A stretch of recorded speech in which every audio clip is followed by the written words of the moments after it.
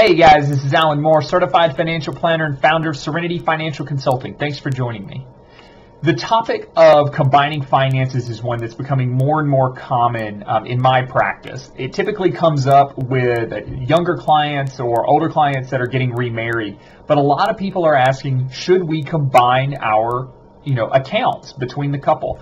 And just to be clear, by couple, I don't necessarily just mean traditional married couple. This can be same-sex couples. It can be lifelong roommates, engaged couples, pretty much any set of two or more people that have chosen to come into some sort of union with each other. It really is applicable to any couple.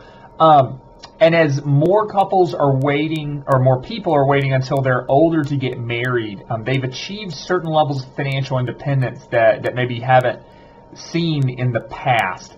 And so it's a topic that just people are wondering about. So here are some of the main questions I hear from clients and prospective clients and questions that I get.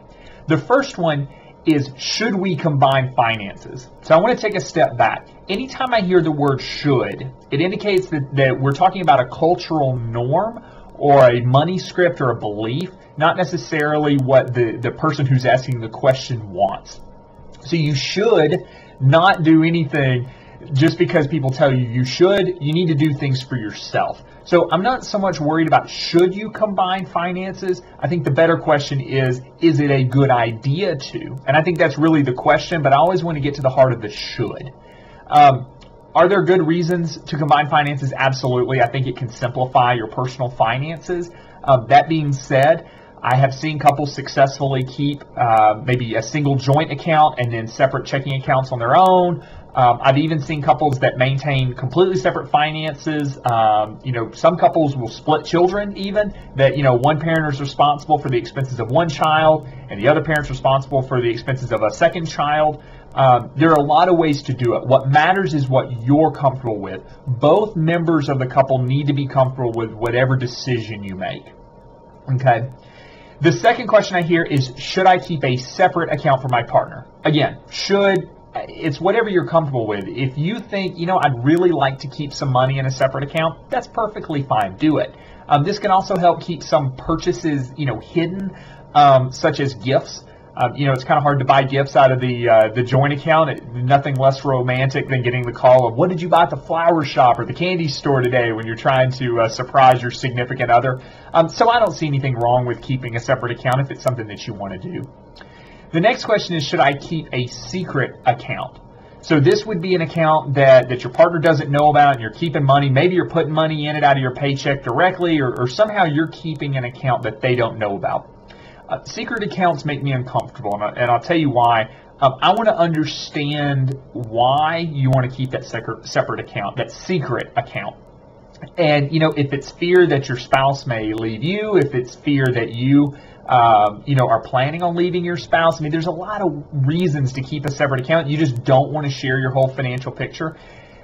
When we get into topics like secret accounts is usually when I will recommend seeing or meeting with a money psychologist who is just a therapist that specializes in financial topics, and they can really help just get to the root of the why, because that's what we want to understand. Why do you want to keep that separate account? And then we can start answering the questions of, is the secret account the best way to accomplish your goals? The next question is, will combining or not combining my finances affect my ability to get credit? Not to my knowledge. I don't, if you're applying for a joint loan, all of your accounts and your partner's accounts are going to be listed on the application anyway. I don't know of any reason or benefit of having joint accounts versus separate accounts or vice versa. So to my knowledge, it's not an issue. There could be something out there that I'm not aware of.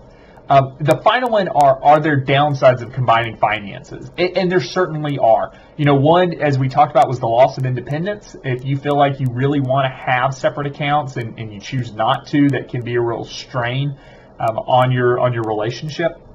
Another downside is actually if you live in a community property state such as Wisconsin, any money put into a joint account becomes it's split 50-50 with your spouse if you're married.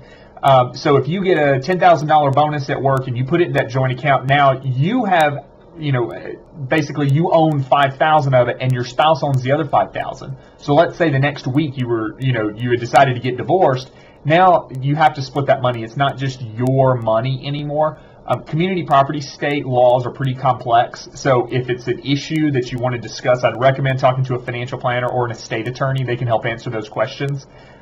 Typically you're entitled to keep things like an inheritance, but as soon as you put that money into a joint account, you really muddy the waters on whose money it is. So again, talk to an expert if that's something that you're thinking about or have questions about. So the overall question of should we combine finances, it's really up to the couple. It's whatever, makes you the most comfortable. Again, I don't really recommend secret accounts. They make me uncomfortable. But having money separate, I don't see anything wrong with that. The biggest thing is if you're going to keep separate accounts, you've got to keep those lines of communication open with your significant other. The joint account sometimes forces money conversations, which can be a good thing.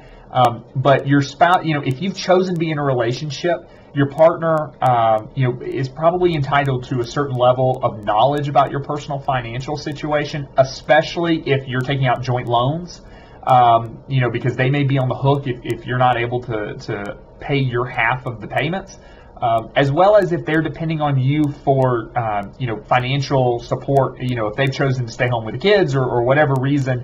If they're depending on you, then they may be entitled to some level of information. So, again, just keep those lines of communication open. And if you're having trouble discussing it, seek out a money psychologist. Sometimes they can be hard to find.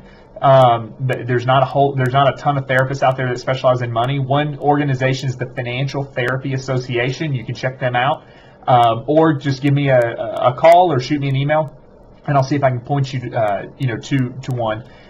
If I know of one in your area. So anyway, so what do you think? Have you combined finances with your significant other? Have you chosen not to combine? Is there a reason? Anything you'd like to add to my explanations or lists above?